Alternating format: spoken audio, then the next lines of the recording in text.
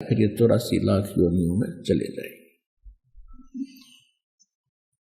सत कबीर दुहाई कि एक सच्चा भगवान है तो कबीर साहब है, और कोई परमात्मा अविनाशी नहीं है, और कोई सत साहेब नहीं है।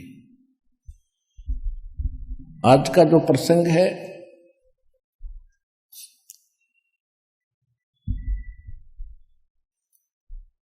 कि परमात्मा कौन है, उसको हम कैसे सिद्ध करें, कहां से प्रमाणित हो,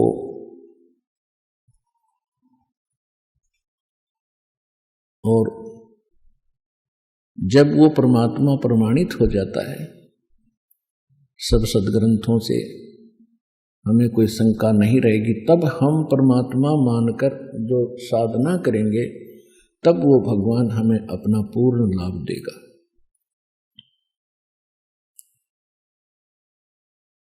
तो प्रसंग चल रहा है कि सच्चा साहिब और सच्चा गुरु ये दोनों ही मिलेंगे तभी हमारा कल्याण होगा। तो पुण्यात्माओं, आपका सौभाग्य है कि आपको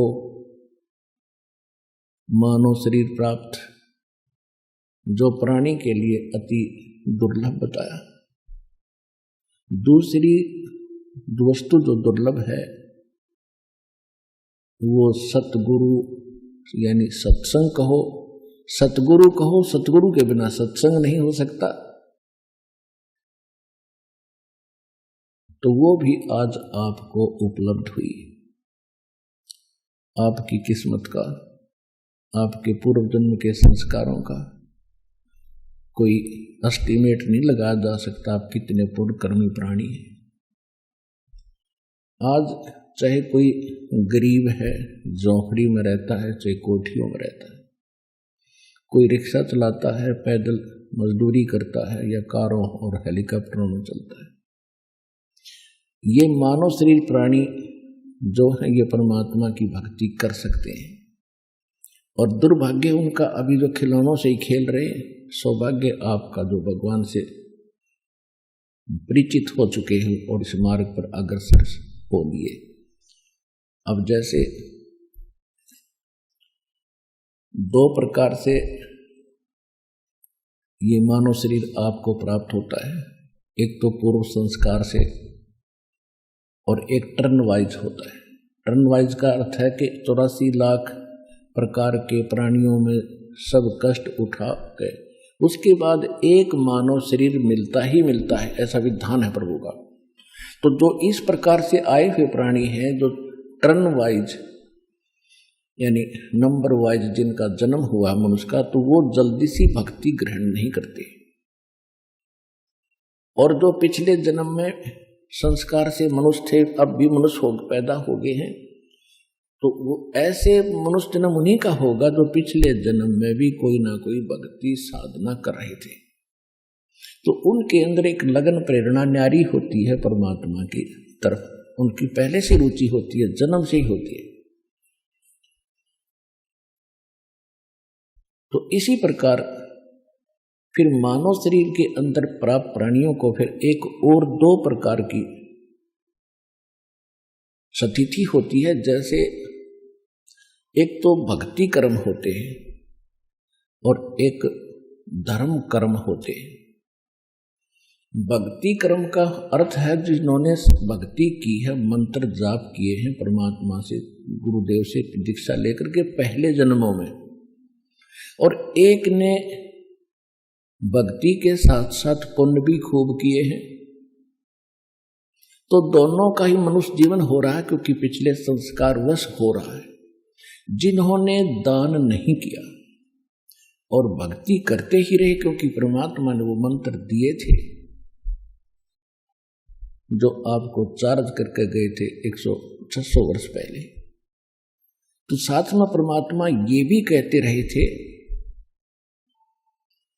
चिड़ी चोंच भर ले गई नदी न गट्टो नीर, दान दिए धन घटे नहीं, कह रे साहेब कबीर। देते को हर देत है जहां तहां से आने, अन देवा मांगत फिर साहिब सुने ना कान। धर्म तो दसके नहीं ये दसके तीनों लोक, खैरायत में खैर है वही की जो आत्म पोख। परमात्मा कहते हैं धर्म का नाश नहीं होता, चाहे तीनों लोक नष्ट हो जाएं, जिन्होंने धर्म किया है वो प्राणी, उनको परमात्मा ऐसे रक्षा करेगा, अपने हाथों पर उठा लेगा। और भक्ति तो करनी ही करनी है। जैसे आपने बीज बो दिया, भक्ति बीज बो दिया फसल का, कनक का, गेहूं का, तो बीज तो मूल चीज है। उस बीज से पौधा बनाकर परिपक्व करने के लिए बहुत और प्रोसीजर लंबा है, तो वो सारा ही अपनाएगा किसान, तभी तो उसकी फसल पूरी होगी। तो बीज बीजने के बाद उसमें वाटरिंग होती है, सिंचाई, उसके बाद फिर उसमें खरपतवार पैदा होता, उसको भी चुगना, निकालना, खाद डालना, उसकी रक्षा करना, फिर वो फसल प्राप्त होती है। तो इसी प्रकार ये नाम जो दिए जाते हैं आपको, ये नाम दीक्षा मंत्र जो है, ये तो आपका बीज है। और इस भक्ति रूपी बीज को, इस फसल को तैयार करने के लिए इसमें 5 यज्ञ और हैं, यानी 5 ये क्रियाएं आपने और करनी है। एक यज्ञ है धर्म की, और दूसरी यज्ञ है ध्यान, और तीसरी यज्ञ है हवन की, और चौथी यज्ञ प्रणाम, और 5वीं यज्ञ है ज्ञान की, यानी सत्संग सुनना, सदग्रंथों को जो आपको पुस्तक बनाकर दी है उनका अध्ययन करना। तो ये 5 जो यज्ञ हैं, ये समझ लो खाद और पानी का काम करेंगे। यदि इस भक्ति रूपी पौधे में, बीज में, नाम में आपने ये 5 आइटम नहीं डाले, तो यह भक्ति आपकी अधूरी रह जाएगी, सफल नहीं हो पाओगी। कारण क्या रहेगा कि आप भक्ति कर रहे हो, आप पर और भी संसारिक आपदाएं बहुत आ सकती हैं, उनके लिए धर्म करने से, धर्म किया होगा तो भगवान आपकी उन समस्याओं का साथ समाधान कर देगा। तो पिछले जन्मों में परमात्मा हमें सारा ही ज्ञान दिया करते थे, लेकिन हम, और फिर परमात्मा एक वचन और बोलते हैं कि सुमरण से भला होगा, नातर भला न हो।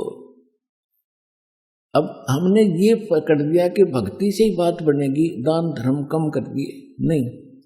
अब वहां कह रहे हैं कि धर्म तो धसके नहीं, धसके तीनों लोग।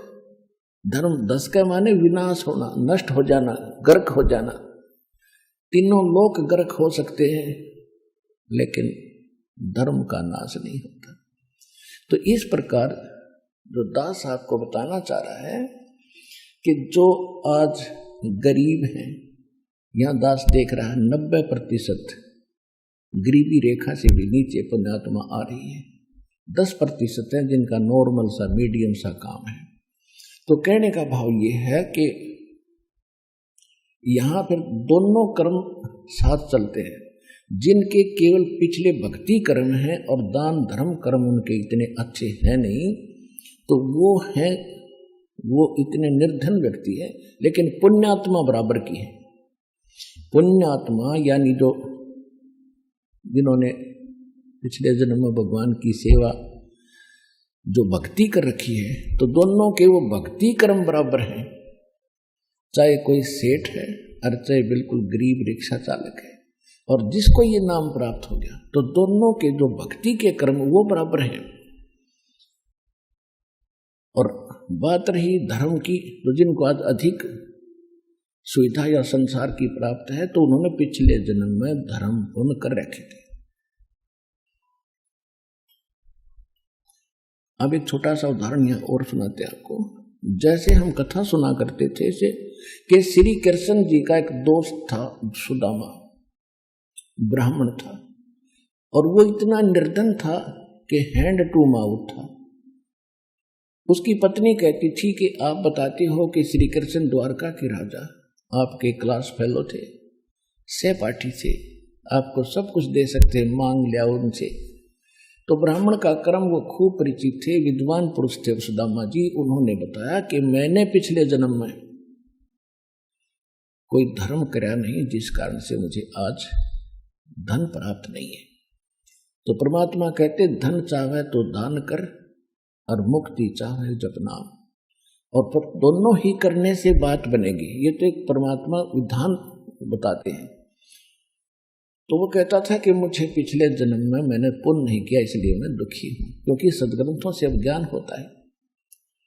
तो कहने का भाव ये है कि धर्म कर्म से फिर उसमें परिवर्तन होता। जैसे फिर सुदामा कहने सुनने से श्री कृष्ण जी के पास गया। श्री कृष्ण जी एक गुरु रूप में भी थे, अध्यात्म टीचर भी थे। सब पांडवों के वो गुरु थे, यादव के गुरु थे। तो सुदामा जी चावल लेकर गए थे, श्री कृष्ण जी ने चावल खाए। उसके प्रतिफल में परमात्मा ने, यानी जो जितना सामर्थ्य श्री कृष्ण जी रूपी गुरु में था, उस आधार से उसने उसका के बना दिया, एक मकान बना दिया। यानी वो समस्या हल हुई उस धर्म और कर्म के करने से, सच्चे भाव से। देखो बच्चे तो भूखे थे और चावल बचे हुए थे, वो बांध दिए उसने, तो इससे बड़ा पुण्य नहीं। आज किसी के पास 1 करोड़ संपत्ति है और उसने 1000 दान कर दिया, दान तो वो भी है, और जिसने 1 करोड़ के 1 करोड़ दे दिए, तो उस दान में उसमें दिन रात का अंतर है। तो सुदामा जी ने जो चावल दिए ना, वो समझ ले 1 करोड़ के 1 करोड़ दे दिए। फिर उससे प्रसन्न हुआ, उससे प्रसन्न होकर के उसको क्या मिला? एक महल बना, आजीवन सुख का साधन बना।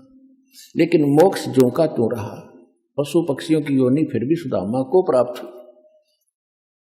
अब यहां आने वालों को प्रेरित किया जाता है सच्चे दिल से, सच्ची श्रद्धा से, अपने सामर्थ्य के अनुसार अवश्य दान करें, फिर उससे वो समस्या हल होगी आपकी जो पूर्व जन्म में आप गलती कर गए थे, धर्म दान नहीं किया, आज 1-1 पैसे के लिए भटक रहे। तो वो समस्या फिर यहां अब शुरुआत हो जाएगी। अब हम उस समर्थ की शरण